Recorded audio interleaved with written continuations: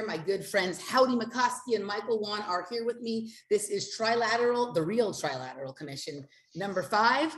And I think we got an interesting one for you this morning. It's been an interesting morning already for us, and we haven't even started the show yet. Howdy, Michael, how you doing?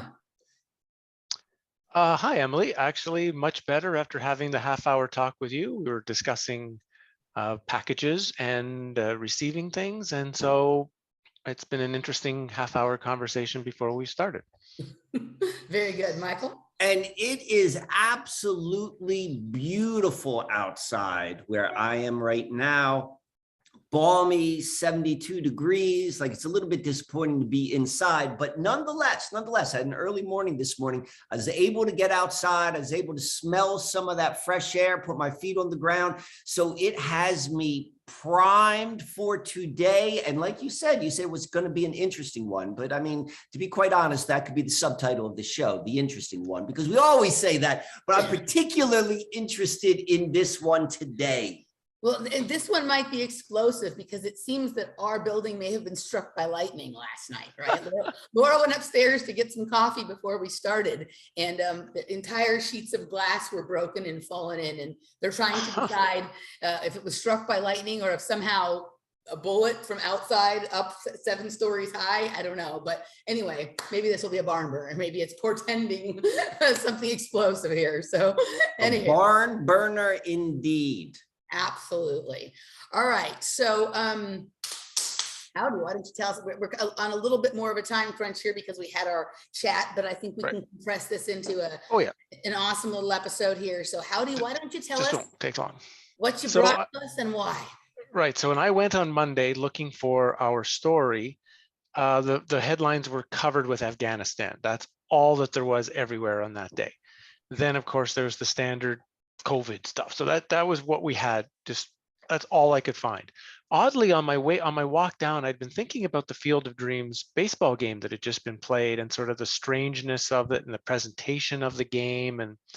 But that's not really a story, and it's from a few days ago. It's not from today. So as I was flipping through some other news papers, I came across that the famous Honus Wagner baseball card had just been sold for a now record $6.606 million. So they got to get the 3 6s in the sale price of the card. And so I thought, well, that right away is strange right away. I looked at the article itself. There wasn't too much in the couple articles I looked in per se, but the headline was enough to make me say, that's strange. And why do they want the sale happening now, right after the Field of Dreams baseball game? Something told me there's going to be a link between the game, the movie, Kevin Costner, Honus Wagner, this card. And I thought, okay, let's see what we can do with it. All right. Well, that sounds good. We're going to depart from our usual format today. And even though it's Howdy's topic, Michael and I are going to go first. And Michael requested to go first. So Michael, take it away. All right. So a little bit of context. So Howdy and I, since we first began communicating and talking about doing like some sort of show together, baseball has always been kind of like we flirted with that, and that's never actually materialized yet. So this is the materialization. This presentation has been a long time coming.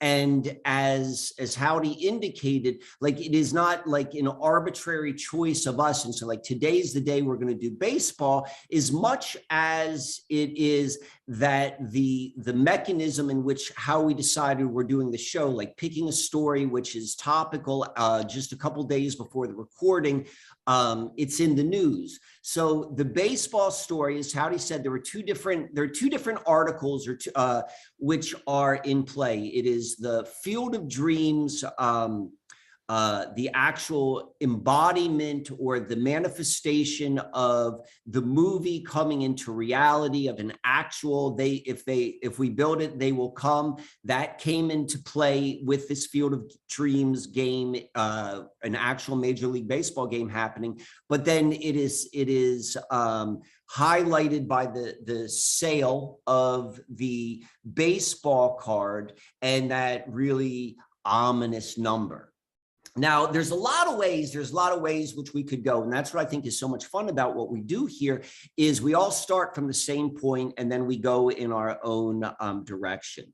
And I just zeroed in on Field of Dreams, and I really wanted to get into, or I was driven into getting into the movie, which I probably haven't seen. Emily, you said you watched it last night. I haven't watched it for over a decade, but I'm familiar with it. You know, I grew up in the culture. So we're going to begin. We're going to begin with the Field of Dreams as a movie, and we're going to see where this goes. So we begin by saying Field of Dreams, it was a movie that came out in 1989, and it was written, directed by this guy, Alden Robinson, but it is an adaptation of a novel called Shoeless Joe, which was written 7 years earlier. So we're going to begin by looking at this Shoeless Joe. We're not going to go that deep, but we're going to look at who this guy is who wrote it, this W.P. Kinsella. And the first cursory, the first glance which I had in, let me ask you a question. I'm seeing on my feedback that there's a lag in my recording. Are you guys having any trouble following me? Nope. Okay, good. So we're going to go into this book, Shoeless Joe. And whenever there is a translation from a book to a movie, there's always a little bit of changes. And one of the characters in the movie, the character who was played by James Earl Jones, and the character's name was Terrence Mann, M-A-N-N. In the book, that character was actually J.D. Salinger, the author. And for a variety of reasons, it was changed for the movie. But nonetheless, we're beginning with this. We're beginning from this point of J.D. Salinger tied into this storyline. And anyone who's familiar with J.D. Salinger, the author of Catcher in the Rye, and particularly if you're watching this show, you're probably very connected or very aware of the connection between Catcher in the Rye and all of these assassins, whether it was the guy who shot Ronald Reagan or the guy who shot John Lennon. Those are just like probably the two best known examples, but there's a connection between Catcher in the Rye, and there's been a lot of research on that, which then goes a little bit deeper into looking at Catcher in the Rye as maybe an MK Ultra trigger or something along there. There's some strange connections with that. So like that's the first thing. As soon as I see that, that's the first kind of like red flag to me that, all right, there's, you know, all roads lead to MK Ultra and CIA, or at least that's kind of where I like to go with these storylines. So we got that with Catcher in the Rye and J.D. Salinger as one of the characters in the original Shoeless Joe, which is the name of the novel, which Field of Dreams is based upon. And just to point out, the J.D. Salinger is not just the author of Catcher in the Rye, but he also has an intelligence background. And here we see right here, what few of Salinger's fans ever fully comprehend is the man's extensive military and intelligence employment. He worked for the OSS in highly classified projects, and, you know, we can see all that. So like there are multiple connections with Salinger and CIA and intelligence and all that sort of stuff. But that's not the only weird thing which we're going to look at with this. The author of Shoeless Joe is W.P. Kinsella. And as you're aware, in the Field of Dreams, in both the book which it's based upon and in the movie, the main character's name is also Kinsella. So we've got two tie-ins with this name Kinsella, but that's not the only place. Kinsella is also a name which is used twice within the work of J.D. Salinger. It is a secondary or tertiary character within Catcher in the Rye itself, and there is another character in another book written by Salinger, A Girl in 1941 with No Waist. That's what the book was called, but the name Kinsella. So we're seeing this name Kinsella being used. Both were told in a fictitious sort of environment, but in the strange kind of synchronistic way that the author who wrote the book, he also was named, his name happens to be Kinsella. And he says, the author says himself that he did not realize that Kinsella was a name used in Salinger's work until after he came up with the idea of using J.D. Salinger as a plot device within the writing of Shoeless Joe, or the predecessor of what would be of Field of Dreams. So we're going to start with that. And then we're going to move on to, and we'll leave it at there for a moment. And now we're going to move on to the person who wrote the adaptation and also directed the film Field of Dreams. And we see this guy is, his name is Phil Alden Robinson. And he, I think it says he was nominated, got some nominations for Field of Dreams. He's done some other films as well. But I want to point out that he's an insider. He's currently a vice president of the Academy of Motion Pictures and Sciences. This is the organization which is behind the Academy Awards. So like, if you think about what the movie industry does, and then even more within popular culture, and then more importantly, what the Academy Awards is within the movie industry, this guy is, he may not be the top dog, but he's definitely like, he's at the level of a vice president title. So he's a player, he's an insider. And we go and we look at this guy's filmography, and I'm going to just pull out a couple of interesting films. Fletch, he did that. He did Field of Dreams, but he also did a couple other films. So that I want to be a little bit more specific on. So Field of Dreams he did in 1989, and then in 92, his next kind of like real big film was Sneakers. And Sneakers was a Robert Redford and River Phoenix film, and it's all about the NSA and CIA. And we can go and look at another film which Robinson did, and he did the adaptation of a Tom Clancy novel called Sum of All Fears. Tom Clancy, all of these like really, really big name, highly popular in the culture, CIA storylines. I mean, they're always like told from the inside, whether it was like, the author was part of work prior to being an author, was involved with intelligence, or he worked hand in hand with the intelligence agencies to kind of like create his characters. So the point I'm just trying to make again is we can see that this author or this director and the screenplay author has a continuity within intelligence movies and that sort of stuff. So these are just kind of like, I'm putting this out there. This isn't the main part of this presentation, but I want to begin with that. And then we move on. A couple interesting things about the movie of Field of Dreams. When you look at 25 facts of no one knows about the Field of Dreams, they say a young Matt Damon and Ben Affleck were extras in the films, but they were cut out of it. And you're like, why is that even a story? We can't even prove that they were in, but nonetheless, we got Ben Affleck and Matt Damon. I talk about them a lot, but won't really go into it. But the one thing that really jumped out was their role in the movie Dogma, where they played fallen angels. And also the idea within the movie, The Field of Dreams, where you hear this voice, which says these kind of like hypnotic trances to both the characters and the audience who's watching it. Part of the movie's lore is no one knows whose voice is actually tied to that, quote unquote character, the character that says, build it and he will come.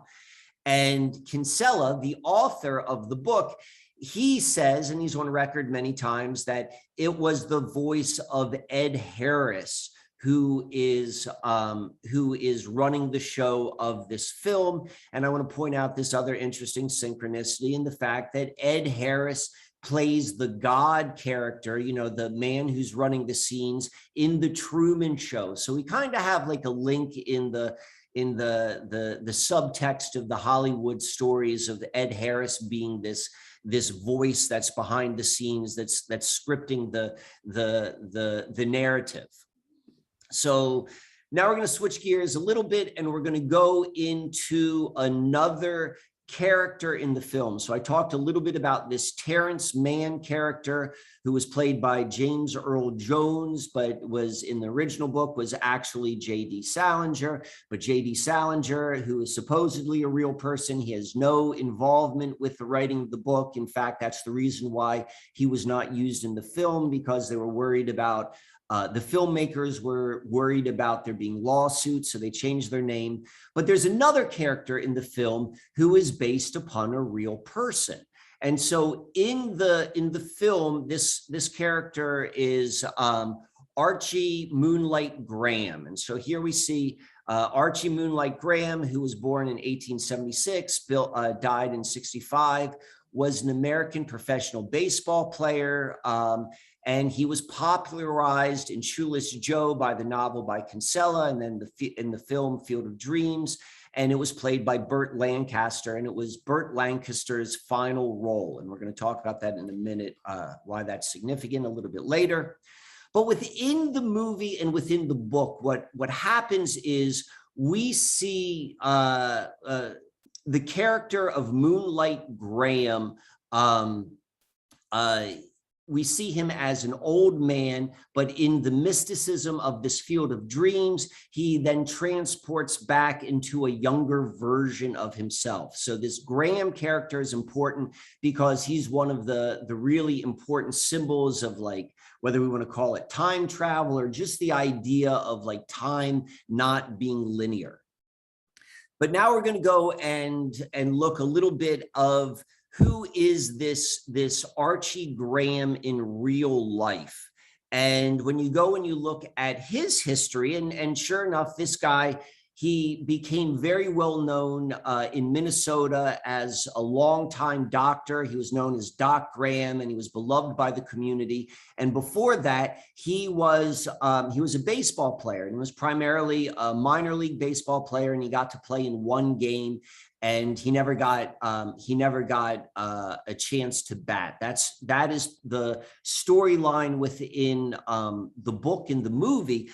And that kind of happened in real life. He did get to play in one game. It says right here in his Wikipedia page in May of 1905, on June 29th, he was playing for the Giants, and he came up to bat, and he didn't get a hit. But then what I want to point out, which was interesting, is after that, he was cut by the Giants and he was sent to the minor leagues. And where did he go? He went to play for the Scranton Miners, because all roads lead to Scranton. We got to throw that out there. Yep. And in looking at more information on Moonlight Graham as a real individual, as opposed to just a fictional version of it, the few things that I could find about him was this right here. It says his handwriting was so bad, even for a doctor, that the local Masonic lodge made him practice his signature 3 or 4 times before letting them sign their lodge's bylaws. So in the very, very small piece of history which we have of this Graham guy, they work into it that he is involved within the Masonic tradition. We can take that any way we like. Moving on with Graham, we could see that Graham, he comes originally from North Carolina, and his family is very strongly related to North Carolina. In fact, the Reverend Billy Graham is also said to be a distant cousin of Archie Graham being the Moonlight character. So we go and we look a little bit more at the Wikipedia page, and we see that this Archie Graham, baseball player, time traveler, Scranton miner, his brother was also a person of interest as it relates to history. And his brother is Frank Porter Graham, and he was the president of the University of North Carolina at Chapel Hill, the flagship campus of the University of North Carolina educational system. And looking a little bit about this guy, Frank Graham, he was a bit player on the international stage. He was involved with the United Nations, and this little piece right here, I wanted to point out, it's actually talking about someone known as Watts Hills, who I do not know, but it was saying how this guy Watts Hills was the field secretary of the Foreign Policy Association, an organization director of the Council of Foreign Relations, a founding member of the Century Group.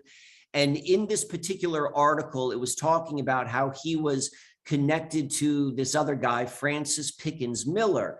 But the connection which they make between Miller and Watts Hill is that they were introduced through their mutual friend of Frank Porter Graham, which then implies, you know, that Frank Graham was like involved with Council on Foreign Relations and all that stuff. So Laura's giving me 5 minutes. I might go 7 minutes over. I'm sorry, Laura, but I'm going to go through all this sort of stuff. I'll heat up.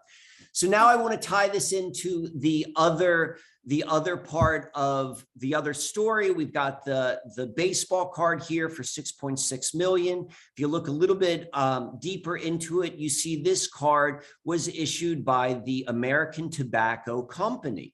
And so we look a little bit deeper at the American Tobacco Company, and it was founded by J.B. Duke. This is where Duke University gets its name from. And if you're familiar with North Carolina and colleges and universities, University of North Carolina, Chapel Hill and Duke are always like, you know, they are, they're connected primarily because of their basketball programs, their academic excellence, and the fact that they are both located in a very similar place. And let's go a little bit deeper into this J.B. Duke. And J.B. Duke, it says in his Wikipedia bio that his entrance into the cigarette industry, that's where this card comes from like, you know, it came with a cigarette pack. It came in 1879 when he entered to a new business rather than face competition in the shredded pouch tobacco business against the Bull Durham brand. So let's go and look at this because it all circles back. So Field of Dreams stars Kevin Costner. What was the film that he made before that? Bull Durham. So now we've got connection back to Bull Durham.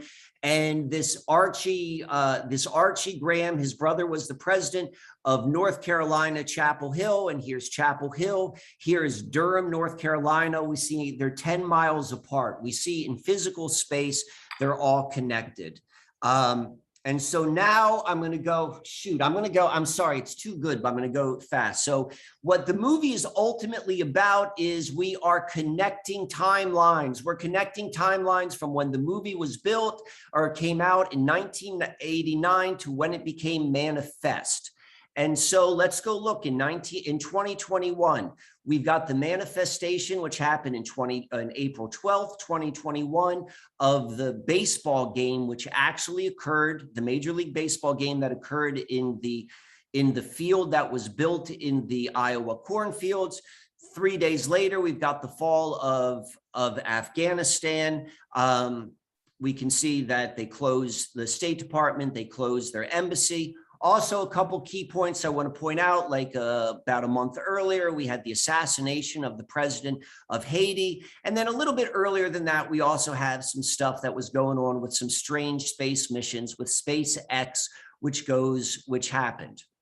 Let's go look at 1989, the year of the release. So of the movie, so in February on Imbolc, this was when in 1989, this is when the Soviet Union left Afghanistan. And we can see this is when the United States closed their embassy in Afghanistan. And we could see on April 4th, that's when there was an assassination attempt of the president of Haiti. And we could also see this is when the Space Shuttle Columbia takes off in a secret 5-day mission. So we're seeing all of these parallels happening. 1989 was a crazy year, and that's what it's linking into. So I'm going to go through this real quick because the ending of this is fantastic. But this is when George Bush the Senior was sworn into president. Ted Bundy is executed. This is the year of the revolutions. This is when we have Tiananmen Square. We have revolutions throughout Eastern Europe fighting the communist regime as it's falling. We look at everything which is happening right now. This is the year of the Exxon Valdez oil spill. This is the year of the Central Park jogger case. This all happened on April 19th. USS Iowa has an explosion, which is we got another Iowa connection. We want to go right here where I'm just going to drop some key ones. This is the year of the 200th anniversary of French Revolution because revolution is in play. This is the beginning, the first flight of the stealth bomber. We've got Rebecca Schaefer, who was murdered by an obsessive fan. And Rebecca Schaefer is another, her murderer, her assassin was also tied to the Catcher in the Rye. We've got here, this is the 1989 World Series where the earthquake happened. We've got the invasion of Panama happened. We've got the whole, decapitation of the ruler of Romania happened. All of this crazy stuff happened in 89. And 89 was also a year of firsts. Game Boy came out for the first time. Nintendo's like portable player. We had our first flip phone. We had the first high definition television, the world's first internet connection. Transhumanism is tried on human beings for the first time. GPS, the first satellite is put into orbit.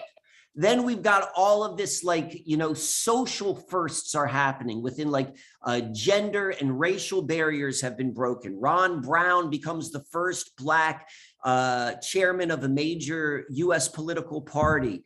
The first time in planet Earth, a government recognizes civil unions between same-sex relationships.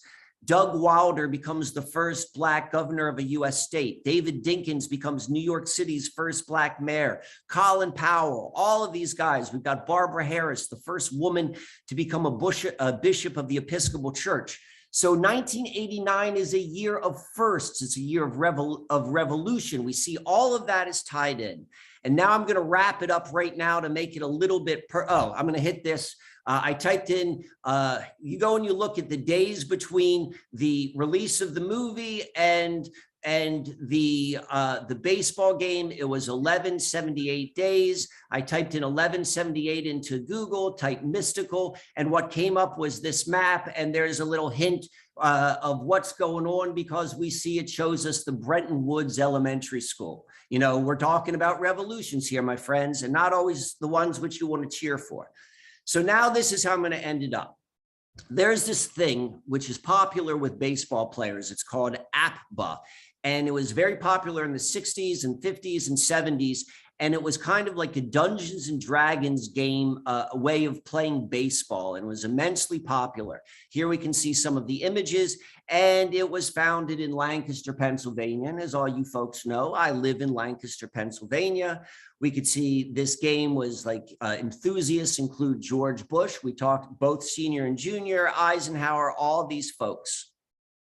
And we also see that Field of Dreams was Burt Lancaster's last film. And Burt Lancaster was considered one of the greatest film actors in Hollywood's classical time period. So we look a little bit deeper. We see that the guy who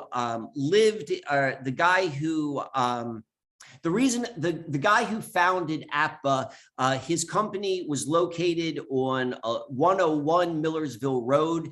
And even more interesting, I don't just live in Lancaster County, I live in Millersville. So I'm going to show this for you right here. This is where Millersville is. This is Lancaster City. And I just so happen to know this.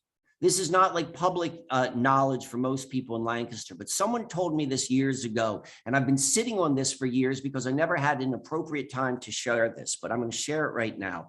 The guy who invented APBA, and it was very, very popular, he lived right here, and he had a house right on Conestoga Country Club. And here we can see his Conestoga Country Club. We can see it's right by Millersville. We saw that his business was on Millersville Road. It's less than 2 miles away.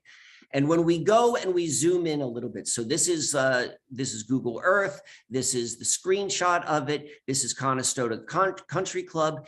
And right here on West Ridge Drive is where this man's house was. And this man, because he loved baseball so much, he had built on his own property right here. His house is right here, and this is his backyard. He built into his property something very, very special. And he had written into his deed that when he sold his house, this very important thing that he built for all of eternity can never be destroyed. And what do you think it was that this man built? As you could see, the golf course right here. This is the house right here on West Ridge. And if you look like really close, we've got this man's field of dreams in physical reality, was built here back in the 80s. And so it is with that, my friends, that Burt Lancaster in Lancaster County, where we actually have another field of dreams less than 2 miles from where not necessarily Terrence Mann, but if you flip that M to a W, you got Michael Wan, and that's where I find myself living. So that, my friends, is my presentation. I apologize for going over a little bit, but I could not cut out any of that good stuff. That was good stuff, dude. I don't know how it is. Like, there's part of me that's just like, let's just wrap it up and go home, because that's going to be tough to compete with. But I'm going to play with what you did here, Michael. So, Howdy, would you like to go first, or would you like me to go first on response? You're muted, Howdy. You're muted, Howdy. We can't hear you. Yeah, we can't hear you with that headphone. Yeah, I think you have to disconnect that. Yeah, so I just took it off. Go ahead, Emily, go first. Okay, so just real quick so that we don't lose it, can you bring back up that map you just had, not the last one, but the one before it? Of Lancaster? Yeah, not that one. This one? Yeah, that one. And just because it's always interesting, the number of things that have been part of either this conversation that we've been recording or our conversation prior to recording that show up just in this map, right? So we have Duke Street over here. We have Wilson Drive over here. And we were talking about the Wilson bag. There was a Wilson bag in the movie that I thought Michael would like to get his hands on, but also— I just want to tell you this right now. I literally used to live on Wilson Drive. 590 Wilson Drive was my address. We have Wilson over here, and Howdy was mumbling it that this was a Wilson before you even got here this morning. And then there's Abbeville Drive, right? Which we don't have Abby, but the little girl in the movie is Gabby. Her real name is Gabby Hoffman. And there's also a guy who created LSD named Abby Hoffman, or was one of the, not him, he created it, but he was one of the first sort of, scientists working with LSD, right? With LSD, which has also been implicated in lots of projects, looking glasses, time travel, bilocation, all of the ability to be in two places or two times at once, all of that kind of stuff. Right. So real quick, I also, when I lived in the church, that was on Abbeville Road. Okay. All right. I was living in the Abbey. Okay. So Michael and I, for the entirety of time that we've been working together, we have recognized that the same information always seems to be arranged around us in different fashions, like the same words, names. They might be referring to something totally else, but we can always find them. Like it's part of finding our center. So I just wanted to comment on that before I kind of forgot and moved away from that. So, all right, so you can take that down, Michael. So I have several pages of notes here, as many notes on your presentation as I have for my own, probably more. So you talked about Salinger's, Salinger being connected military intelligence, OSS, all of that kind of stuff. In this movie, we have Man, and Man had been an author that was very involved with social justice, right? And that's where a lot of quote unquote intelligence has moved now, starting, way back with COINTELPRO, but we're seeing the culmination of that infiltration of the activist and social justice and whatever. So in some ways, Man is the modernized version then of what Salinger was, right? Like he may be a person who was either an intelligence asset or was a real deal, but saw what happened all around him. There was a lot of agents around him, and that's why he had no desire to be part of it anymore. And he went and hid in his little apartment in Boston and whatnot. So that whole social activism, COINTELPRO, kind of matches that, right? And then one of the things that sort of like there is a deep history of politics in Iowa, like if you they have the first straw poll and the caucus and all that kind of stuff. And there are staunch Democrats there and deeply conservative Republicans, and that sort of battle and argument back and forth between them has sort of always been part of it. And for some reason, I don't know why I wrote that down right when you were talking about something. I don't remember what what it was in reference to. You talked about the movie Sneakers and it being about sort of decryption, about being decryption. We've been talking a lot about cryptosteganography in relation to that Illuminati glass review that we sort of looked at, right? And so that who was the one who was in, the guy who did the movie, the guy who created the movie was also the creator of the movie Sneakers, right? And so that's about decryption. So to me, that's the nod that his entire career of the works he's done are codes. They're all steganography, right? And we've been talking a lot about that. You showed the godlike Bubble Boys, The Truman Show, and Dogma, right? And kind of played with this idea of a bubble, right? Of course, right now we're living in bubbles, right? To a certain extent. If you go to any of these sporting events now, like at the Olympics or the tennis tournaments, they create bubbles around them that the players have to sort of be in. If we refer back to the episode where we talked about said previous gift, it was about blowing bubbles, and we even used on the cover a bubble that was kind of like a dome or a glass bead. And I'm going to get into, in my presentation, a little bit of how some of this may connect to the work of FPV Angel, which Michael and I have talked about a lot. And so there's your angels, your fallen angels, which FPV Angel, I don't know if you're familiar with their work, Howdy, it's related to you guys have some crossover in common, but their theory is that what we think of as being angels are particle accelerators, right? And the way that they're referred to in like religious and mythological texts, things that are referred to as angels, it's really these particle accelerators that are part of the construct of the earth. You talked about Frank Graham at UNC Chapel Hill. Of course, right now they sort of float it, but they try and hide it. Like the center of all this crap we're living through right now really started at UNC Chapel Hill with Frank Barrick and his gain of function research, right? And then there's also a senator from South Carolina named Lindsey Graham, and I'm wondering what because you were talking about North Carolina, but Lindsey Graham is there in South Carolina. And then we're talking about Moonlight Graham, right? So Michael and I have talked many times recently about the moon and even about moonlight and moonlighting, and of course, Bruce Willis. And we've decoded a lot of his works. And when we first started, when you sent the articles, and I've never seen Field of Dreams, I don't watch a lot of movies, I was confusing it with Bull Durham. So I was wondering if Bruce Willis was in Field of Dreams. And then I realized, no, it's Kevin Costner. Bruce Willis must be in Bull Durham, but I didn't realize Kevin Costner is also in Bull Durham. So we have this connection between those two and some interesting kind of coding going on in their careers. I'm not super familiar with Kevin Costner, but I know he's in Dances with Wolves, which we've talked a lot about wolves, Michael. And I also know he's in Waterworld, and we spent a lot of time talking about underwater issues and different kinds of things related to that. So now suddenly I have an interest in Kevin Costner, who also grew up in the city where my mom lives, right? And it's kind of well known around there for having gone to high school there and whatnot.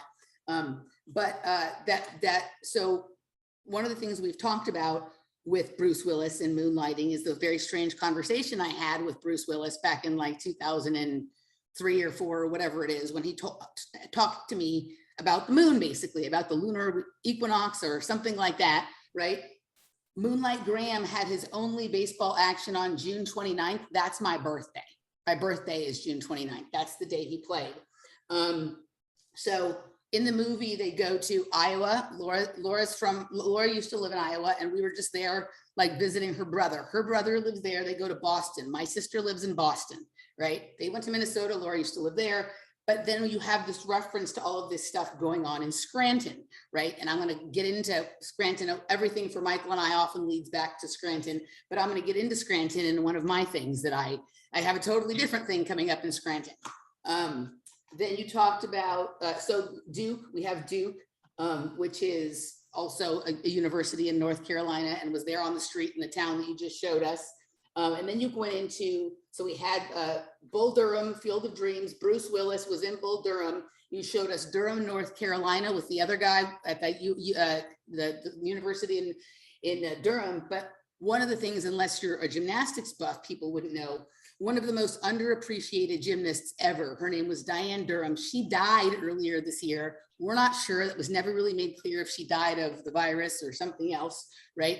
But there was a lot of talk about how she never got the justice that she was due, right? She was one of the first highly successful Black American gymnasts, and she was really much better at the time than Mary Lou Retton, but she got injured before the Olympics and didn't get to compete, and she never really got the attention that people feel she deserved for moving Black women forward in sports, particularly gymnastics. But she died last year, or was it earlier? It was earlier this year, I think, and there was a lot of conversation about justice and racial justice around her death. And you'll see why I'm bringing up gymnastics, because it's going to get into some of the stuff around Honus Wagner. But we're talking about the Space Shuttle Columbia. Of course, Columbus has come up over and over for Michael and I in relation to another possible gift that we are not sure was a gift from our friend who sends gifts. And then the email this morning about the rabbit in the moon that I mentioned when we were talking, from the girl said that she saw a rabbit in the moon in Columbus, Ohio. So we're always sort of circling around this Columbus kind of topic. You had the story about the Central Park jogger, right? And remember earlier, like last year, maybe it was even around April 19th or something last year, there was a story of the Karen in Central Park who was like getting mad because the guy didn't have his mask on. So that's there. There was the mention of Northrop Grumman in one of the things that you brought up. I mentioned Northrop Grumman in our pre-show talk when Howdy was asking about how the sausage party would relate to things. And I said that I thought I had been to a party that was like on a stage set that Northrop Grumman set up. And then Rebecca Schaefer, right? You talked about Rebecca Schaefer, and I had forgotten about her. And there was the J.D. Salinger reference, but I remember when the Rebecca Schaefer thing happened, my cousin Marky, who was an actress as well of the similar time frame, was very disturbed by that. My cousin Marky just died this past week, the same time that this game was going on and all of this kind of stuff, right? And her husband was really into baseball. Like he used to like go to fantasy baseball stuff in Vero Beach every year. He would go to the baseball camp and whatnot. So that's kind of interesting for me. You talked about the earthquake in Haiti, right? And then there was also, so you talked about the earthquake at the World Series and the Haitian assassination back then. Well, there was a Haitian assassination and a Haitian earthquake this past week, right? There was a huge earthquake in Haiti. You talked about the Game Boy, the flip phones, and we're talking in the televisions and the GPS. We've just been talking about like ARGs and virtual reality neighborhoods and this sort of augmentable alternative reality kind of stuff. Also, Motorola, which was the first person to create like the flip phone, I think, and they have one that's the most famous called the Razor. There's like a new, like just the other day, for some reason, I got pulled into reading an article about how the Razor phone is back. They have like a smart Razor phone. And I thought that was kind of interesting. Like, where are we looping back to? That early 2000s where the Razor phone was.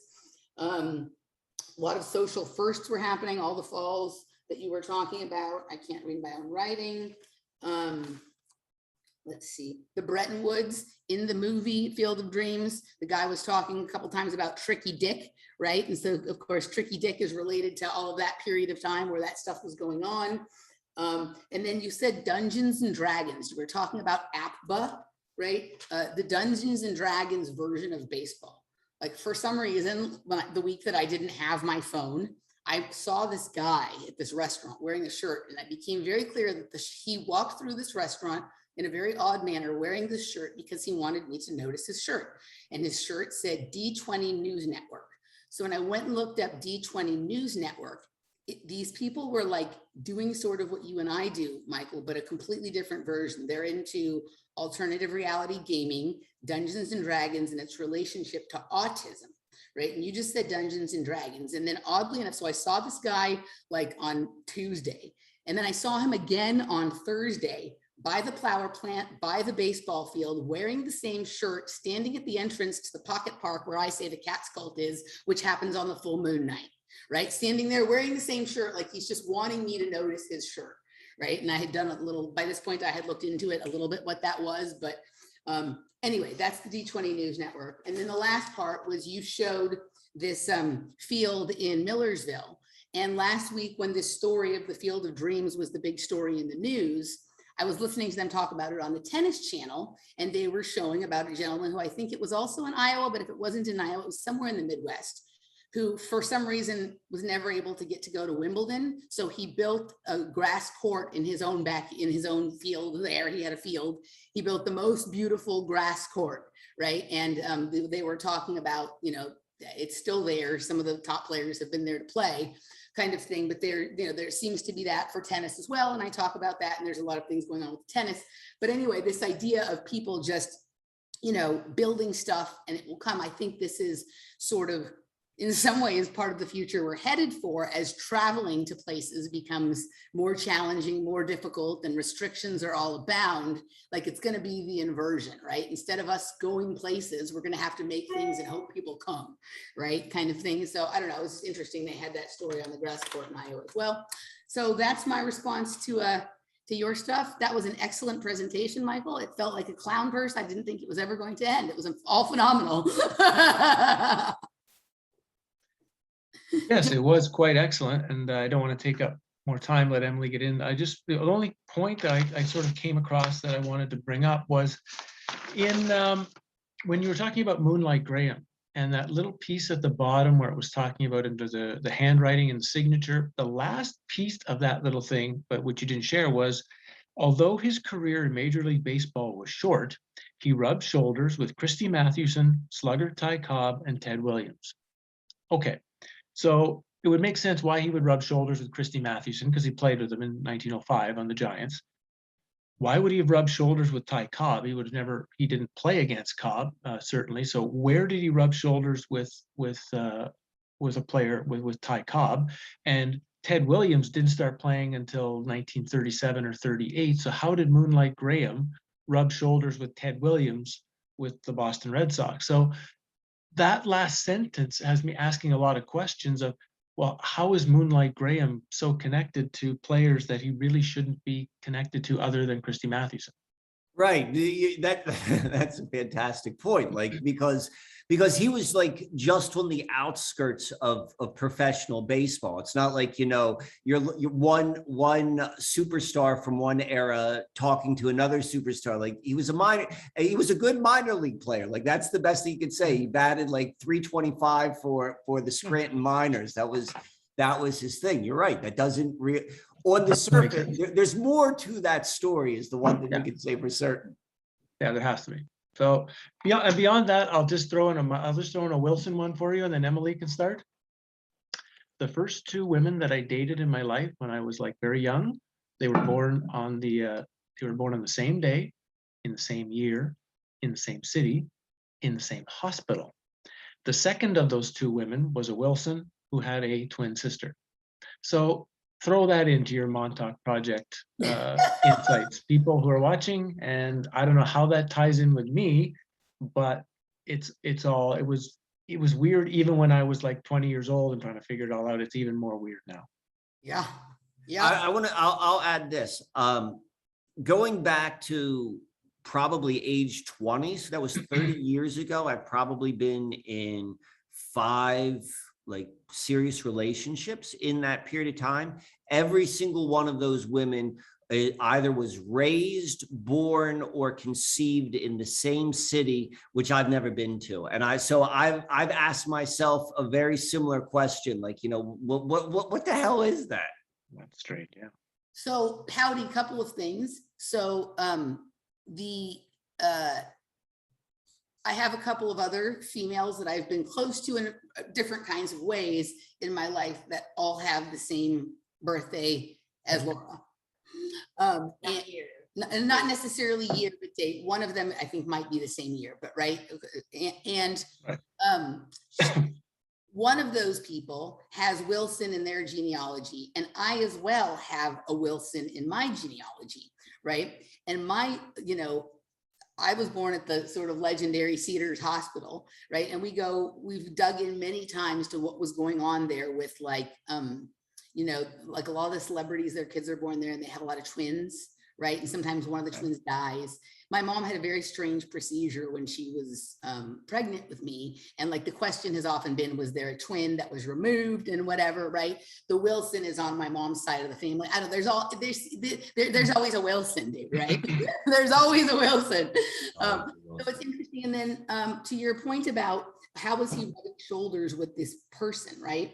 So Moonlight Graham, like he's the one who's most clearly a time traveler in the movie, right?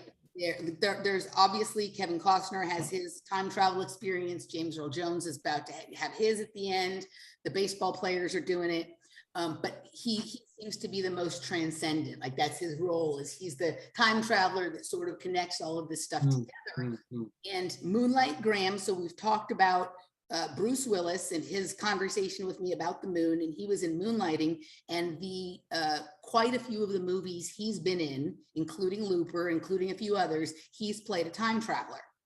He was also in Bull Durham, which I was confusing with this, right? And so I think maybe the connection is that this guy is sort of transcendent through space and time, right? Like this Moonlight Graham character. And I think we can get into a case for baseball being sort of, and James Earl Jones even says it at the end of the movie, right? That baseball, like the baseball marks time, right? That the way, like I think that's the last comment he makes before he goes and walks off into the field, is that baseball is the mark of time that connects the past to the future, connects the generations and whatnot, right? So anyway, okay. So shall I get started? Yep. Hard to follow you up on this one, Michael. So I'm going to start with the Honus Wagner.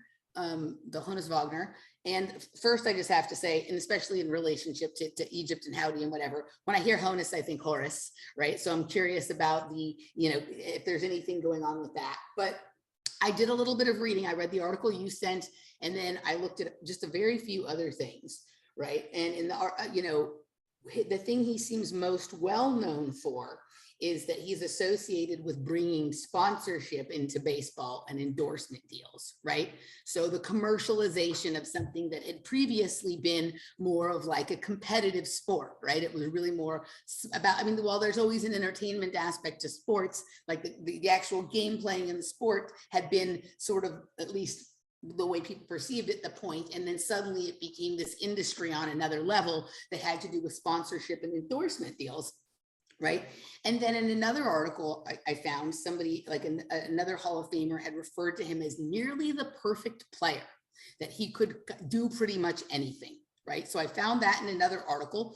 The card that is being sold for card T206 for 6.606 or whatever $1 million was actually his manager card. It was from when he was a manager as opposed to when he was a player. And there was another article on ESPN, this was the top article about this story, that said that this baseball card was the GOAT baseball card of all time and would always be. So this tacks on to this conversation that's been going on all year about who's the GOAT. Is it LeBron James? Is it Federer, Nadal, Djokovic? Is it Simone Biles? Now, Simone Biles is the only one who's announced herself as the GOAT. Right, she announced herself as the GOAT. She has literally the little goat Baphomet or whatever on her leotard. And I've detailed in some other programs that I've done, we had this very strange sort of her fall this summer that to me looked pre-planned as another commoditization of sports. She is by far probably the most commercialized gymnast that there's been in terms of like ability to make money and endorsements and things like that. But one of the things that happened in the space between when the Olympics were supposed to happen in 2020 and when they ended up happening in 2021 is that she had been planning this tour called the GOAT Tour, Gold Over America Tour. And when it didn't happen in 2020, like this tour kind of grew into something like a little different even. And before, like back in April or May of this year, it was announced that one of the things this tour would focus on, it was announced in a very hidden place on Business Wire website, which is a Berkshire Hathaway like company, that this would focus on social media and mental health.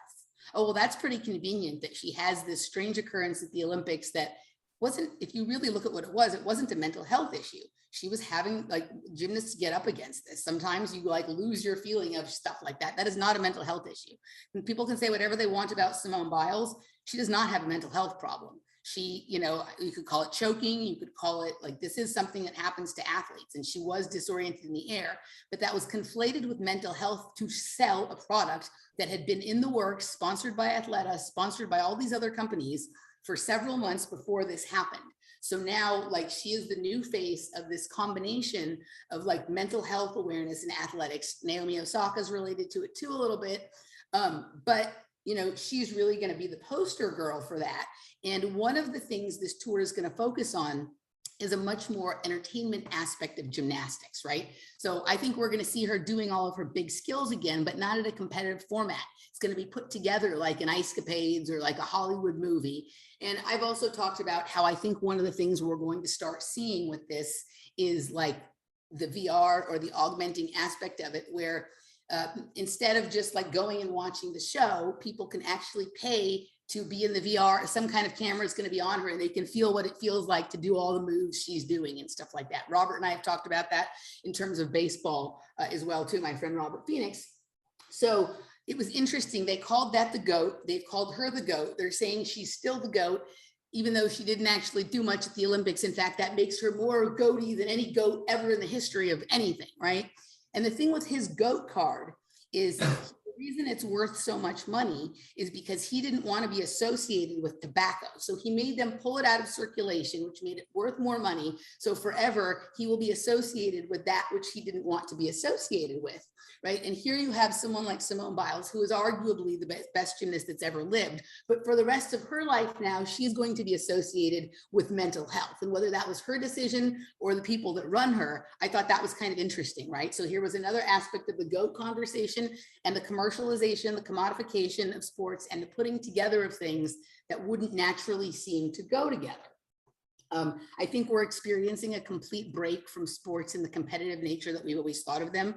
And it's going to be turning more towards interactivity and more towards entertainment than it already was, right? Like it's always been entertainment and it's always been commodified, but now it's really going to be like not much different than like video games or Disneyland or stuff like that, right? Let's see.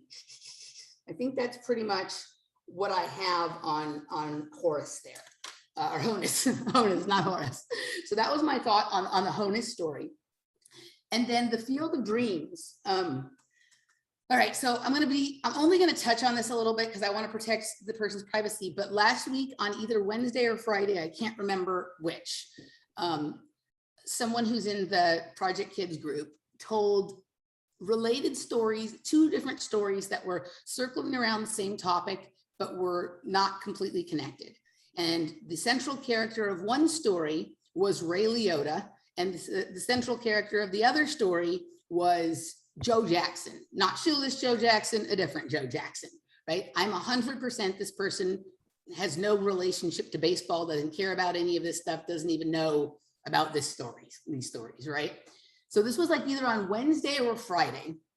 And after this conversation was had at the group, somebody else who's part of the group sent me an email saying, you know, it's weird what was being talked about in the group because there's this thing that keeps coming up in my feed, these videos about this Field of Dreams game, and Ray Liotta was in Field of Dreams. He played Shoeless Joe Jackson, right? So like there was that sort of connective tissue, and already by the point she sent that, a few things had come up in my feed about this Field of Dreams game, like some of the Gematria channels were doing stuff on it, but I hadn't watched it or read any articles.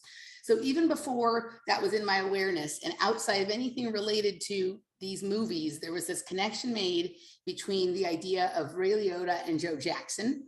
And the way we were talking about it did sort of relate to, immortality, eternity, time travel, some stuff different than this, but some similarities, right? So that was kind of how it entered into my sphere. And then Howdy comes up with it on Monday, and I was like, of course, right? Of course. Let's see. I don't generally watch movies. I don't really care for movies very much. I have a hard time staying awake, but for some reason I decided we needed to watch this movie, and I actually really enjoyed it, and I stayed awake the whole time. It became pretty clear to me, like the moment the movie started, even before there was any indication of it, that this was going to be sort of a time travel movie. And I was kind of surprised, because you think of that as more like science fiction movies or space or futuristic kind of movies. In one of the early scenes where he is hearing the, if you build it, he will come, right? And then he looks over and he has sort of the hallucination or the vision of the baseball field, like over in a certain location. There's the lights, but around the lights, there are what we would consider to be like sundogs or halos that we see in the sky, right? And the FPV angel people talk about these a lot in relation to the location of particle accelerators. So it made me start to think that maybe baseball diamonds, at least Major League Baseball diamonds, are often constructed over areas where there are particle accelerators under the ground. And that is part of the magnetism that draws people in, and that creates sort of this temporal bubble where people are able to go and like remember old times or dream into the future, because that seems to be sort of the energy of that kind of thing, right? Think about, you know, like every time I go to Dodger Stadium, I remember being there as like a 3 or 4 year old with my grandfather and all of that kind of stuff. And it, you know, when you taste the hot dog and everything, it kind of is like a time travel experience. And it, you know, like there is sort of this bubble or this dome around these stadiums. And so I was curious as to, you know, if you look into their theories about particle accelerators and about Walter Russell, it's all about like electromagnetism, right? And what draws things towards something, or, you know, energy fields that are created around it. So I thought that was kind of interesting right off the bat. I saw those there and I thought about that. And these people, these supposedly dead people who are sort of hiding in time or outside of time or whatever, they're all wanting to come and play. Like he keeps saying throughout the movie, you know, how many people really want to come play here? They want to keep playing and never stop. And it made me think about when we had Rico on the show and he talked about like extending play for as long as you can. Like the idea is to keep playing endlessly, right? And that sort of keeps one alive and sort of fresh and moving forward and whatnot. So I was thinking about that. And then there's this incredible scene sort of in the middle of the movie where they're at the PTA, right? And they're having a fight over censorship and mind control and all of that kind of stuff, which is exactly the fight that we're having right now, right? About like what things can be talked about, what things can't be talked about. Is this Nazi Germany? All this kind of stuff. Like that's right there in the middle of the movie, as well as obviously with, and then from that conversation starts the direction towards Terrence Mann, who is this character that I, you know, kind of talked about a little bit earlier, who's sort of related to this social activism kind of thing that has been really, really perverted. But the other thing that was interesting that was going on sort of parallel to this is you have his wife's brother who can't see the action going on the baseball field, right? He'll walk through the baseball field, screwing up their green, bumping into people and not even notice it. And he's like emblematic of what we call like the NPCs, or like the brain dead people who just can't see what's going on right now with all the nonsense, right? So it was kind of very prescient for like what we're dealing with right now. There's also the topic of like taking people's land and people like giving up their dreams to conform to what society says they should do. And like, what is it we're really supposed to be doing and what matters? And these are all things that have been really central to what we've been living through for the last year and a half, whatnot. All the baseball players who seemed to show up on this field were baseball players who somehow had been like wronged or misperceived in their time, or didn't get to have the finish or the notoriety that they want. They had been sort of misunderstood or treated unfairly by the system in some way, or didn't get their shot. And I thought that was, they just wanted to play. Like they didn't really care about any of that stuff. They just wanted to play the game again, right? They loved to play. And, you know, we talk constantly about like how important it is to play, right? Like when you stop playing, you're kind of like, it's sort of over. let's see, I have one more bit of notes here. Oh, this idea of, back to the Busfield character who can't see it, you sort of have to like believe it to see it, right? And when you're talking about stuff like time travel or dimensional travel, or even some aspects, Michael, the way we play the glass bead game, like people who don't believe it are like, oh, those are all just coincidences, right? But, we see meaning in it, right? And we've talked about the way we are doing this. It's like based on synchronicity, the interconnectedness of all things, and, sort of like synthesizing a decadent, past due garbage culture into something meaningful. And that meaningful is creating like a lot of purpose and energy and whatnot for us. And it dawned on me about halfway through this movie that these guys were playing the glass bead game. They were following synchronicities, right? They were following like links and coincidences and things that they thought they were connected, and clues. And even if that clue wasn't exactly right, it led them to the next thing, which created the next set of events. And literally it was like, whenever you or I have a day where we're sort of like, it's super glass beady, that's how it goes. We're just following the synchronicities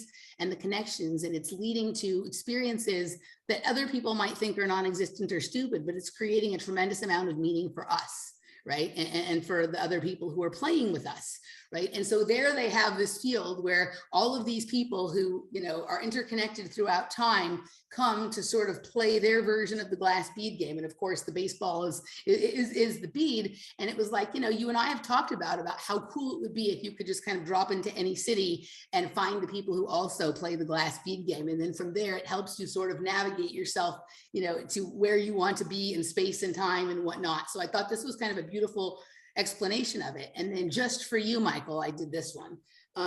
So his wife in the movie, Amy Madigan, the first moment I saw her, the very moment I saw her, I was like, she looks like someone. She looks like someone, right? Who does she look like? And I realized, I think she looks like an actress named Amy Adams. And so I went and I looked up Amy Adams, right? And if you look at Amy Adams when she was younger, and you look at this per Amy Madigan, they look almost exactly the same. And what show is Amy Adams in? I don't know. The Office. The Office? Amy Adams was in The Office? Yep. What character? I don't know. I've never watched The Office. The first season or the second season, right? Right? Maybe Amy Adams is not who I think. So all roads do go to Scranton, either directly. It's Katie. If you look at her when she's young, she looks exactly like Amy Madigan. When she got older, she's gained a little weight, and the way her face filled out is different. But if you look at her in her early roles, she looks exactly like Amy Madigan.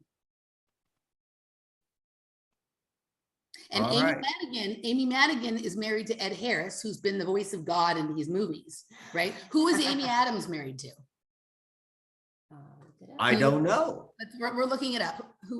But you've talked about The Office and its relationship. Yes, I'm seeing. I don't even remember the episodes in which she was on, but she definitely was on. Who is she married to? Darren Legallo. She's married to someone named Darren Legallo. And who is Darren Legallo? Let's see if we can figure out anything about him. Oh, he's an interesting looking guy. He kind of looks like Brad Pitt. Name for herself. Let's see. Where does it say anything about her husband? Is he an actor? He is. An artist. We'd have to look him up. Let's look up Darren Legallo. But my guess would be we might find some interesting stuff there. Anywho, so that last one was just for you, Michael, because I couldn't remember the other day how I'm like, dude, that dude from Twin Peaks looks like L. Ron Hubbard. It was like the same thing. I'm like, this chick looks like someone else I've seen, right? Definitely. I know you love that stuff. So there you go. Oh, Catherine, her husband, her Amy Adams' father was in the military. Of course. But what about Darren Legallo? I'm looking it up. Okay. Give me a minute. He went to school in Texas, that's for certain. It's Legallo, yeah. He went to school in Texas. He's a painter. I wonder if he paints fields. I wonder if he's like a Bob Ross. All right, let's see. He's an actor. He was in Date Night. He was in 6 Feet Under, and he was in Date Night, Trouble with the Curve, Lullaby. They met in acting classes in 2001. So that's back to that loop of time that you were talking about, Michael. He's an artist. He makes stuff, which includes visual art and music. His work he makes electronic music. It can be found on SoundCloud. He makes dreamlike paintings which delve into emotional states and the subconscious mind. Well, wouldn't that be what this movie was all about?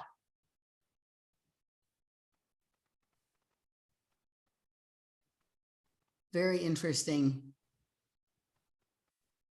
Huh. Okay. So anyway, that would have to be kind of a separate dig, but I thought you might find that little gem interesting. So Definitely. that's what I got. Your responses, please, gentlemen. Howdy. That's a ton of interesting stuff. Let me, what did I write? I wrote it down. What was I going to say here? I guess the first question I have, Emily, is when you were packaging this together and we're sort of seeing we're taking the baseball card story now, the story of, how Honus Wagner becomes sort of, because he was the first one to sign a sponsorship deal with Louisville Slugger in like 1905. And then he doesn't want to be a part of the tobacco company's cards, yet his card oddly becomes the very thing he doesn't want. This idea of this almost don't watch what you think for, but watch what you wish for and what you don't want, because you might get them both. Yeah. So how are you saying, like, so how I packaged what with the comparison? Yeah, just so like how are you seeing the sort of the strangeness of Wagner's, the reason the card is so valuable is because it's become so rare because he didn't want his card in circulation. And so that very thing that he was trying to stop has created the exact opposite of what he was trying to do. Correct. So like, I guess like, I think we see like a lot of that, like, right, people become sort of famous for one thing, but infamous for something else. And that infamy lives on, right? And so somebody who also was a Hall of Fame baseball player thought he was a perfect baseball player, but that's not what he's known for, right? And so in my head, just because it was such a close time, so there's a couple things. Simone Biles, while not my like style of a gymnast that I like, is like by far, like she just does things other people just will probably never be able to do. The greatest gymnast in history. She's also been touched by the sexual abuse scandal, right? Which kind of tagged her a little bit onto the Me Too movement, which she kind of resisted the urge to go too far into that. But then this other thing that happened, and there's a lot behind it, right? Like I could sit down and show you how I think this was all pre-planned, and it serves many narratives, and there's many things afoot here, right? But she is not a mentally ill person. She's not, just like he was not a smoker, right? But forevermore, she will be famous as the person who gave up the gold medal to take care of her mental health, and therefore encouraging everybody else in this age where we're all about to be considered mentally ill if we don't want certain, health interventions or whatever, right? That she was, super important in bringing this idea forward of mental health being more important and whatnot, which I'm 100% sure is not something she wants to be known for. But there's an entire industry behind her, just like there was an industry behind him that said that pushing forward of certain ideas, smoking, drinking, whatever else these kind of endorsements were part of what we wanted to push into this. And he became the vehicle through which that was done. Right. And so nobody talks about the fact that he was nearly a perfect player. That was just one sentence, 10 articles down. And instead, all the focus is on this card, which was his manager card. It wasn't even about when he was a player. And she's getting all this attention for basically not playing. Right. But their names now are forever paired with something that either at the time they definitely didn't like, or definitely in the future, they might really not like that their name got paired with that. Right. And so that was kind of, and then the only reason that I even started thinking about that was because the headline on ESPN was that his baseball card was the GOAT. Right. And Simone Biles is the GOAT, the greatest of all time. Her leotard says so. Right. And also her tour. And I'm just going to show this to Howdy, because I felt pretty good when I found this, when I was covering this a few weeks ago, here from May 27th, 2021 on Business Wire, announcing Athleta is now presenting it. That wasn't originally the case. She just recently switched from Nike to Athleta. So originally when the Olympics were in 2020, it would not have been them supporting this, but the Gold Over America Tour, so the GOAT. And if you look down here, it talks about how the purple, right? So like this is Athleta, I don't know if you've seen any of their campaigns, but it's all about that stuff right now. One would never have associated Simone Biles with any of those things necessarily, but here, on May 27th, 2021, so before the Olympics, they were already starting to promote this show as related to mental health awareness. What better advertisement for the show than her having a mental health breakdown at the Olympics, right? There's a lot more stuff I could get into, but him, it just, to me, those scratched of the same itch. So that was kind of how I ended up with those kind of boxed together. Anything else, Howdy? So I kind of like Howdy, I was drawn into, and I thought it was a really interesting observation about the nature of, when does play stop becoming play? Like at one point you play baseball just because you love the sport of baseball. And then if you're like really, really good at it, like then you become a professional and then it changes, that changes. And so like, and we could even, and I want to put that like all in context of everything which is happening right now. And just not bigger than sports, but just the idea of play and like when it becomes work and then becomes like something else. And the card is a great, you're pointing out that irony. And interestingly enough, Archie Graham's brother, the UNC president, one of the things he was very well known for was called the Graham Plan, which was all about reform in college athletics and kind of dealing with what is the role of athletics within, society and within college in general. We have right now going on in the world right now college athletes can have endorsement deals. So this whole thing seems to be coming into play. And it was an interesting observation also about, the competition, moving from competitions to showcases. And that's a little bit of the history of baseball, particularly Howdy could talk about, I'm certain, like the expeditions, which they did like in the 1800s, where they would just travel and play expeditions. What's the word? I'm not saying it right. I got one of the syllables.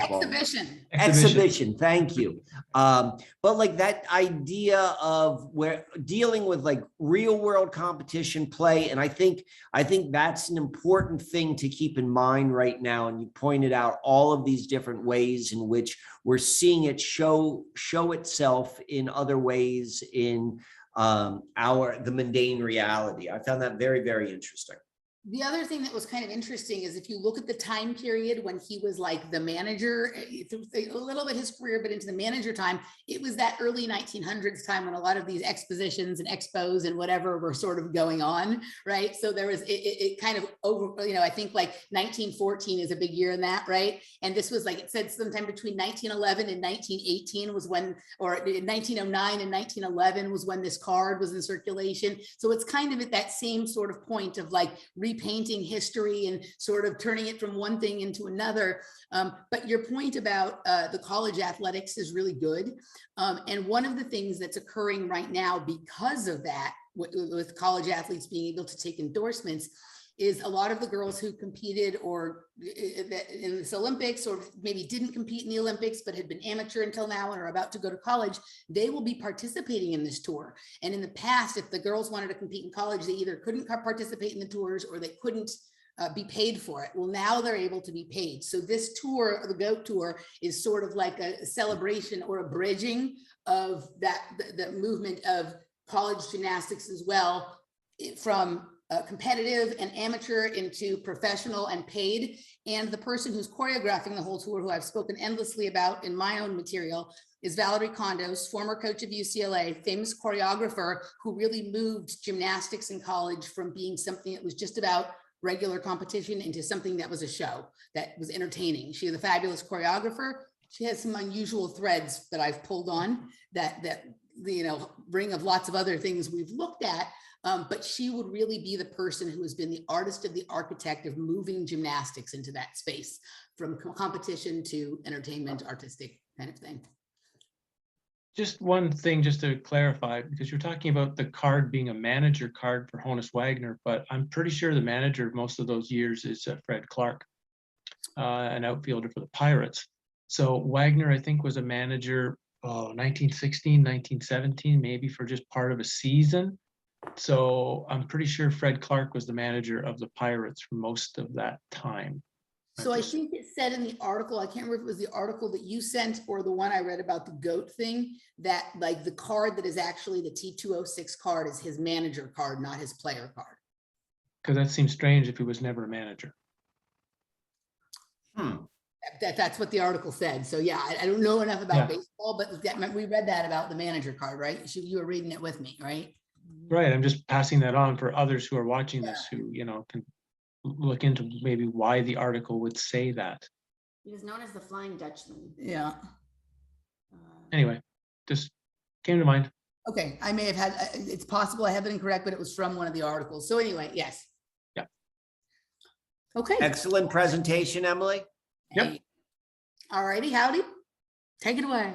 Okay, so the reason I went third is because I've been away without internet access for 2 weeks, and I had some stressful things going on in my life. So I thought I just piled in a bunch of things sort of from my own mind. I didn't really, I looked a bit on the internet this morning for a couple of extra little pieces, but so I'm just gonna throw some ideas out there, and then we can play with what I've thought about. So the first was the movie Field of Dreams itself, because the playing of the game is so symbolic, I think, along with the card right now, because this idea that still is baseball is supposed to be America's pastime. It's supposed to be the thing that is like this thing that lets you know everything is okay. If they're playing baseball games, everything is fine. This is the sort of mentality I think that they're trying to present, right? This idea, and of course, baseball is a strange sport, because it's one of the few sports that's not timed. It's one of the few sports that are actually set up for conversation as a fan. It's one of the few sports where the game continually breaks, and it's almost like you're expected to be having a running conversation with the person sitting beside you about not just the game, but anything. It's so the whole sport is a very unique, and I know Michael did a really good presentation a while ago on all the really interesting occult pieces to baseball. So that was the first sort of a package. Okay, so Field of Dreams. We'll start with one baseball scene that nobody remembers from the movie. And that's when young Archie Graham comes to the field and sees there's more players now than just the White Sox. They brought this other team to play. And he instantly points out 3 players. That's Smokey Joe Wood, Mel Ott, and Gil Hodges. Okay, so the first question is, well, out of all of the great baseball players in history, why are they signaling out Joe Wood, Mel Ott, and Gil Hodges, which are also strange because they played in 3 completely different eras almost. So Joe Wood, for those who don't know, was a great pitcher with the Boston Red Sox and had dueled Walter Johnson for a number of years for wins and strikeouts. And then I think he slipped on some grass, or he slipped on some stairs, broke his pitching thumb, tried to come back and pitch, kind of couldn't. His career was pretty much over. He did come back and play as an outfielder for a few years with the Cleveland Indians. Amazingly hit like 280 for a few years. But so the story of so here's Joe Wood, who was like the best pitcher along with Johnson at the time, has this accident, and in a sense, his great pitching career is over. So this idea of returning, of this dreamlike quality of getting to do it one more time. Mel Ott, of course, well, he had a great long career, 500 home runs, but he was very, very small. He was like 5'7" or something, and like a little tiny guy. And so the fact that he was hitting all these home runs seemed strange at the time, when the big home run hitters of the 1920s were sort of giant muscle men compared to Ott, who was this little tiny, perfectly timed swinger. So that maybe that's for a reason for his inclusion. And then Gil Hodges is really strange because very few baseball people, in a sense, they hear the name, but they don't really know Gil Hodges, because all the other players in the Brooklyn Dodgers in the 1950s were sort of got all the spotlight, be it Duke Snider, Jackie Robinson, or Roy Campanella. but Hodges died early. He died at 47. I can't remember what he died from, but he died very, very early. So in a sense, they're showcasing in some way baseball players who were stars that were overlooked somehow, that for some reason at the time they were there. You know, Lou Gehrig wasn't there. Babe Ruth wasn't on the field. They were clear they didn't want Ty Cobb there. They didn't want, you know, so it's like, so here were these players that me as a baseball historian, I know who they are, but probably a lot of other people who even follow baseball would have never heard those three names before, perhaps. So it was interesting that those are the three names that they chose to include, specifically point out as other ghost players in the movie. So as it came to the movie itself, my first question always when I was watching Field of Dreams is, why do magical movies have to sort of take place in Iowa? What is it about Iowa that creates that Field of Dreams has to be there? That Bridges of Madison County has to take place there, that novel, that, and we can say novel, not necessarily the movie, because why do novel writers seem to have to put this sort of magical, fanciful, special aura on Iowa? Almost like if you say, I'm writing a story and it takes place in Iowa, there's going to be magic in the story. And I don't have an answer for that. So you guys can talk about that later. Why you think Iowa is, or write that down so you don't forget it. Why is Iowa this place that they want to have a place of magic? And the place where the Field of Dreams is supposed to have been in, which is Dyersville, right? I don't know if you've had a chance to look into it. They've got one of the largest Gothic cathedrals there, the St. Francis Xavier Gothic Cathedral. It's fantastic. It's beautiful. And of course has this strange building story of these German immigrants, and they've got to build this cathedral in the 1880s. And I mean, when you look at the town itself, yeah, it's a town in Iowa. And then they've got this, you know, Czech style cathedral that should be in Prague or something, right? So that came up. So then we switched to the third, the last piece about from Field of Dreams I want to bring up, and that's the idea of the Mandela effect. Because the Field of Dreams movie itself is one of the things that comes up with a Mandela effect, where people question what is the line that's being said in the movie. Is it, if you build it, he will come, or if you build it, they will come, right? There's this confusion around it. And for me, always with a Mandela effect, when I'm looking into it, it's what would make the most sense from the standpoint, if actually it's a movie, from the plot of the movie or the lyrics in the song. Like, it obviously makes sense that the woman in the James Bond movie has to have the braces. It doesn't make sense if she just smiles. It makes no sense to the plot. She had to have had braces. So same thing in this case. Well, it has to be, if you build it, he will come, because the whole point of the movie is leading to the meeting with the father, not with Shoeless Joe Jackson, right? This is a chance for, really, the movie isn't about the Black Sox and Jackson, and it's about Kinsella meeting his father again and repairing a relationship that was lost when the father died. So, but when we take Mandela effect, well, we have James Earl Jones in the movie, and James Earl Jones, right, being Darth Vader, and there's another line that's constantly questioned of what does he say to Luke and being his father. So we've got right away, the movie has two Mandela effects. You had Burt Lancaster. Wasn't Burt Lancaster? Because he was in Ben-Hur, right? He was Burt Lancaster. What was the movie Burt Lancaster's in that I'm tracking from the 1950s? It was another type Mandela effect movie, but I just can't think of it off the top of my head. I'm looking for you. Yeah. So the question becomes, in this sense, why are these sort of Mandela effect connections associated with Field of Dreams, and really when you have that meeting with the doctor Moonlight Graham on the street, when Ray meets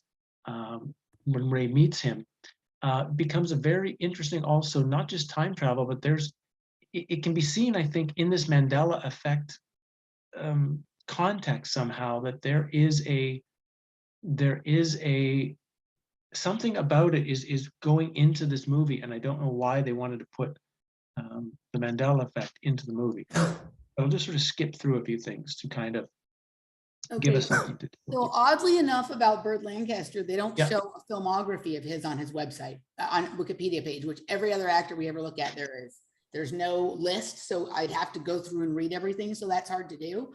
But there's plenty of other stuff here on his page that we can dig into. When you're finished, let me know, and then I can tell you about that if you like. Okay. Yeah, because I mean, it's a very, not only, of course, was he a great actor, but he's, if I remember, he's linked to some really interesting movies that are worth discussing. But again, I didn't have the internet, so I was, All right. I'm having to do this pretty much off the top of my head. That was pretty good without the internet. Okay, so Honus Wagner card. Of course, we have why does it have to sell for 6.606 million as we, why do they have to make sure that that's the number that the card goes for?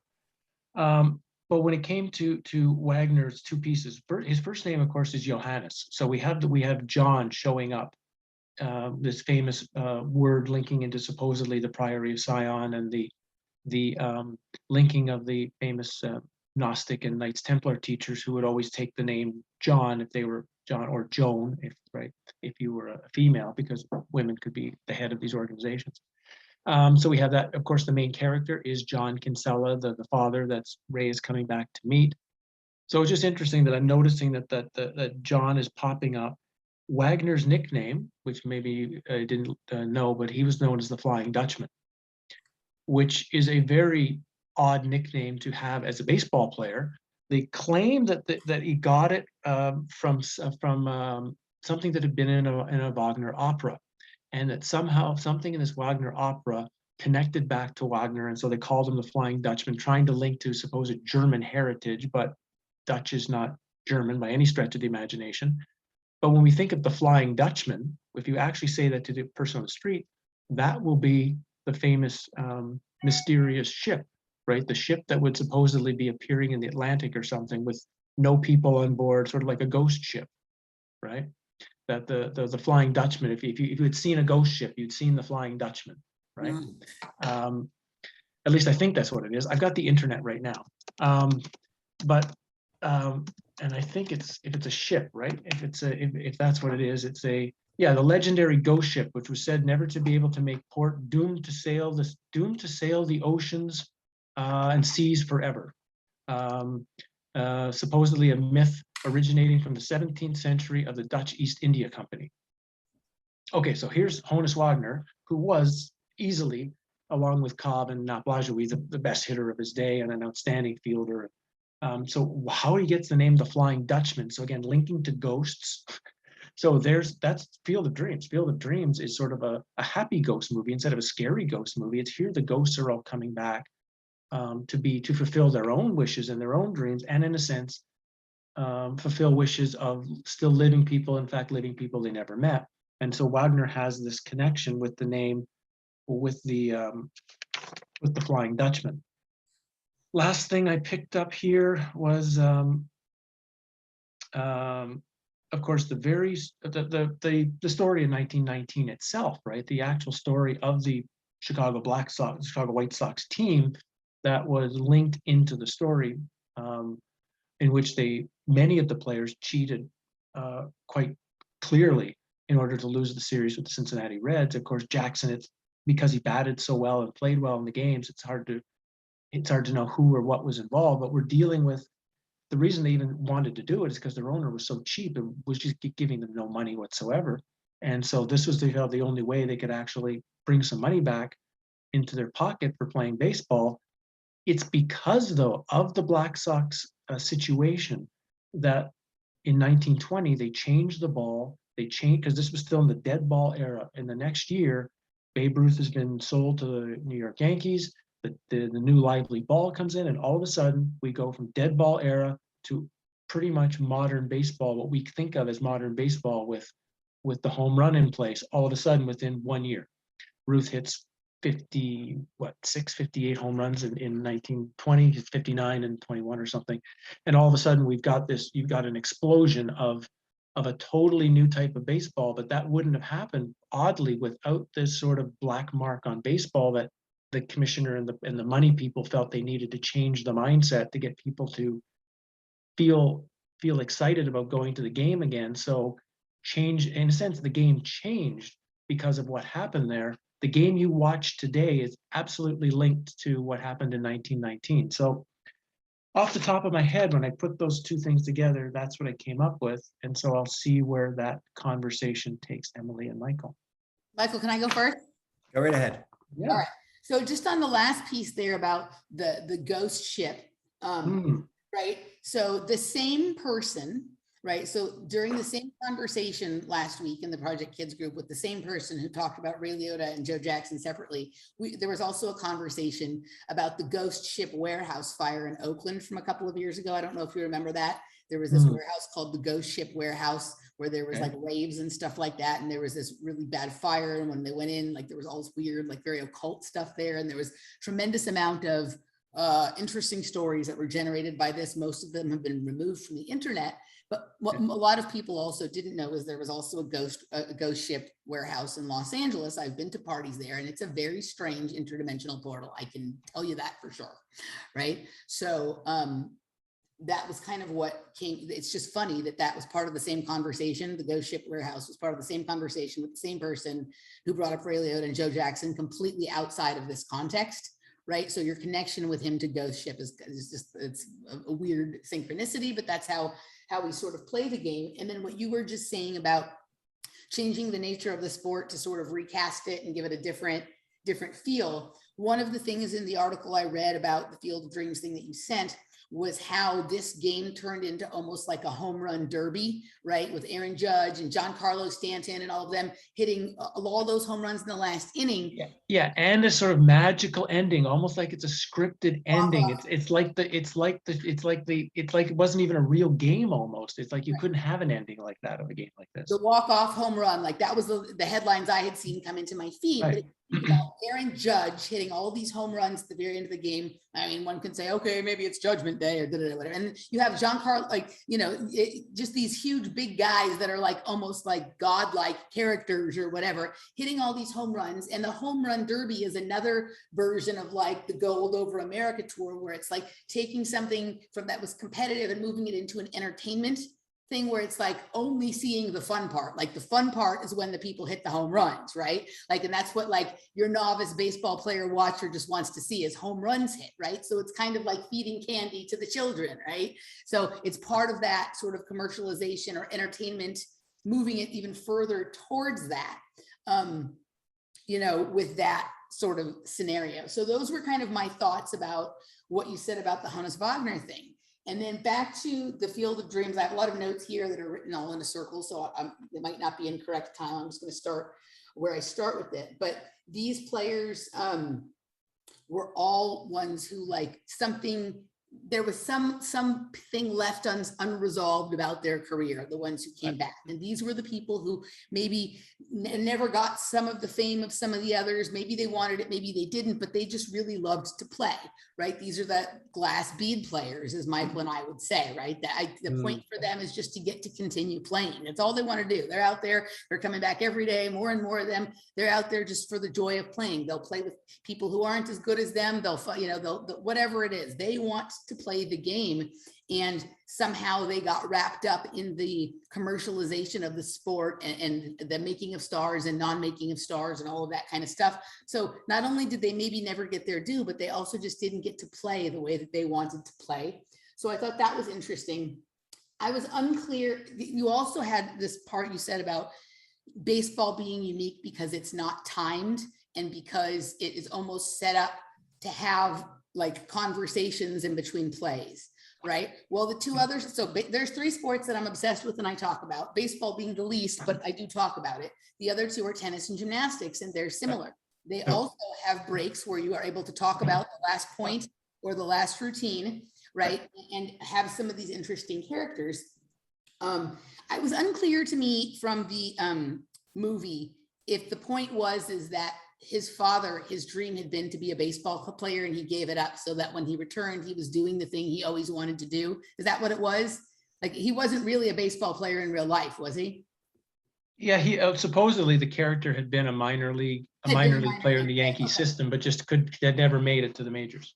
Okay, so I was just curious about that. I wanted to ask. So then you asked about the whole thing with the magic of Iowa, right? Why is this? right? Whenever you have Right. one of these magic movies. Well, I went to Iowa for the first time last year. Last year at Thanksgiving, I drove from Los Angeles to Iowa with Laura.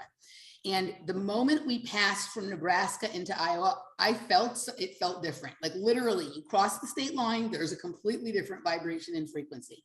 And we're driving on the highway through all these kind of cornfields and things like this. And I'm seeing these farms that look a lot like that, but a lot of them are on mounds. And I'm like, dude, I think there's some stuff under the ground there, man. Like this feels very time travel-y to me. And one of the weirdest things that I saw, and apparently there was a couple of them at this point around, but there was one in particular that I saw both on the way into town, way in Iowa, and then when we were leaving and came back out the same way, there was a gigantic billboard of Tulsi Gabbard, that's Tulsi Gabbard for president, in the middle of a cornfield. And this was many, many, many months. The election was already over. It was Thanksgiving. So election was over. Joe Biden had won, but Tulsi Gabbard had dropped out many, many months before, right? So I started playing with this idea that like Iowa, some kind of like dimensional or time travel place. And maybe there was like some other reality where Tulsi Gabbard was president and she has her own set of problems that are sometimes less apparent than other people's, but arguably at least some of the things she says make a little more sense than some of the things the other politicians say. So maybe a slightly more sensible reality exists in the fields of Iowa. I even did a show about this with John Brisson, about the Tulsi Gabbard time travel Iowa cornfield theory, right? And these were the hugest billboards you've ever seen. I've never seen a billboard for Donald Trump or Joe Biden or anyone else that was this big and majestic looking. And there was nothing else there in the middle of the field, just the Tulsi Gabbard billboard, right?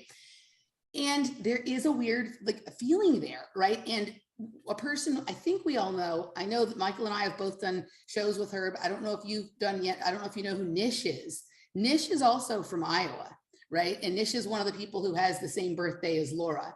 And she's from Iowa and she's very into like magic and the dream world and the death world and all of this kind of stuff. She actually used to own a temple in Des Moines that was very kind of that sort of gothic-y. That's kind of her whole vibe, right? So when we were in Iowa this past time, I met a friend of hers, and meeting this friend was kind of like getting like a distilled drop of what the underground art and music culture of Iowa or Des Moines is like, right? And this person also fascinated with death and the afterlife and time and all of this kind of stuff. So Iowa is this strange place, right? I don't know if the corn somehow like resonates in a way that makes time penetrable. I mean, think about what's gone on with like Native Americans and like they ate maize and corn, and part of their health problems and issues have been eating wheat instead and whatnot. And then of course we have done this gross GMO thing with corn and they use it for gas for cars. Like this is a magic alchemical substance of sorts, right? Think about the way it's been perverted into high fructose corn syrup and all of this stuff that's gone on. But like corn obviously has some form of magical properties that everybody is vying to take ownership of. And here you have Iowa where all of that is produced and there's, you know, corn everywhere. And of course, sometimes the field looks green, like an emerald field of green, right? And then other times it looks very, you know, yellow or hay kind of color, dependent on the time of the harvest and whatnot. But I don't know. I think that there's some sort of alchemical, look at this, the Birdman of Alcatraz, Michael. Oh yeah. Birdman of Alcatraz. I mean, there's a really interesting things here. Judy Garland, he was in Child Was Waiting with Judy Garland. Right. Of course, I played Judy Garland in the movie as a child. Like, you know, so we've got kind of those sort of plays. And then like phenomenal like examples are like tied into this movie, the movie itself, and then like James Earl Jones. And Right. both of those, like they kind of mark the bookends of the 80s. The line from It had more importance on day-to-day sort of memory, day-to-day activity of connecting you with the game. So there was like I don't want to call them a portal, but in a way they were the thing that kept. Number is T206. And so I thought about, well, like what is T2? And for some reason it made me think of Terminator 2, the movie Terminator 2. So I was like, okay, I haven't seen that. Maybe there's something there. But even the word Terminator, what do we call Monsanto seeds? We call them Terminator seeds, right? Mhm. And corn is one of the first things that GMO and Monsanto was applied to. And then you have Thai cob and you eat corn as on the cob. So my mind is just doing all this stuff, like I can't help it. And then I had some note over here that I can't remember why I wrote it. There was something about time travel, but I can't quite remember what I was writing. See, everything you guys say is so interesting that it generates multiple ideas for myself as well. But for some reason, this idea of corn, right? Of corn being some sort of alchemical, substance, right? Or some sort of related to magic, sort of in some way. And you eat popcorn when you go to the movies, and the movie is part of how we've had spells cast over us for our entire lives. You actually, you eat popcorn, and they used to put palm kernel oil on it, right? So you've got like the palms of Hollywood and that kind of stuff saturated over the corn of the field. I mean, I don't know. My mind is just doing all of this stuff, but everything, I mean, beyond our ability to understand almost everything we've all participated in for most of our lives, from the watching of baseball to the watching of movies and the things we consume, the hot dogs, the popcorn, whatever, it's all alchemical ritual, right? It's all bringing about a desired result. So. All right. Any final words? I guess the last thing, so everyone can know, the story about the baseball card, though, also hit me in a little different way personally, because when my father had stolen all my money from me in that's 1991, I mentioned I had this huge collection, mostly hockey cards, and I needed to sell those cards in order to make some business things and eventually get back to university and whatever. So I sold all of these. I had 10 Wayne Gretzky rookie cards at the time, which is the Honus Wagner baseball cards. I sold them it was about $3,000 I was able to get for this, which is a lot of money in 1991. I think if I'd had that set now, all of those cards, it'd probably be worth $80,000 or $100,000.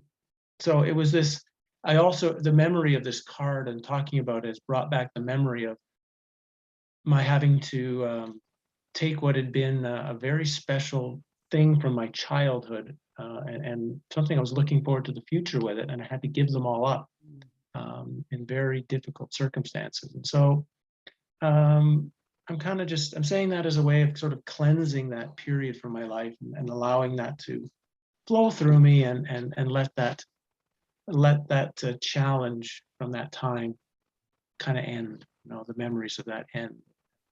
And whoever has the baseball card, I hope you're enjoying it. Whoever has my cards, I hope you're enjoying them as well. I got great joy out of it. Well, I would suggest that, from just a surface level, take, Field of Dreams is ultimately about the reconciliation between father and son. The resolution, right, of that. And so through the process of talking about it, you're cleansing some of this. I also there we go. Because I had just looked it up, that Terminator 2 came out in 1991, which was when that occurred for you. And then I also remembered the time travel thing I wrote down. Did you guys ever see what's considered the time travel play of Derek Jeter? Robert and I showed this on a show one time, where basically he was on one side of the field and suddenly, like literally you see him disappear, and then he's on the other side of the field catching the ball. Have you guys, either of you seen this? I have not. I think I've heard of it, but I never saw it. I'll find the clip and I'll attach it in the show notes and send it to both you guys, right? Yeah. That Derek Jeter play was literally like, where did he go and how is he back, right? Kind of thing. And he literally, it was like he was like over by like third base, and in like 1 second he was over by first base catching the ball, right? So which is so interesting, because probably if Wagner is like the greatest known shortstop, Jeter was probably the most overrated shortstop, other than in the postseason. But Jeter was a good hitter, but not the fielder anyone thought he really was. Maybe they're both time travelers, though. He was the flying. But if he could time travel on the field, well, that tells you a lot about his longevity, because there we go. The guy could hit. I'll tell you that. There you go. All right, guys, I always enjoy doing this with you. So what a fabulous way to spend the morning. Howdy, why don't you tell people where they can find you? Still, Howdy McCoskey Talks is there. I'm also now over at freevoice.io. Some stuff's going onto that, just to be ready if something happens over at YouTube. And I'm shifting all of my work now over to exitfromthecave.com, which I think is a really smart website title. And my exposition book, I've got a brand new, a revised edition coming out like in a week. So if you're thinking of actually getting the book, just hold on. It'll be up in about 7 or 10 days, and it's all cleaned up with new additions and new stuff. So it's, yeah, up to date. All right, cool. Michael? Yep. Any final words? You can find me at susquehannaalchemy.com or just search that. All right, and you can find me at Or just hang out in downtown Scranton. He'll be there. Hang out. I've never been to Scranton. I'm waiting for an invitation from the mayor, and I would like to receive a key to the city. So if they happen to be listening, or if anyone's listening who's got that connection, like that would get me there. That would get me You know there. what's coming in your next package now, Michael. Oh, you're absolutely right. The head of the mayor. I didn't say that. All right. Emily. You can find me at emilycmoyer.com. We'll be back in in short order with another round of this. It's my turn to choose next time, so I'll see what I can come up with, and look forward to doing it with you guys, and we'll see you all later. Have a good one. Bye-bye.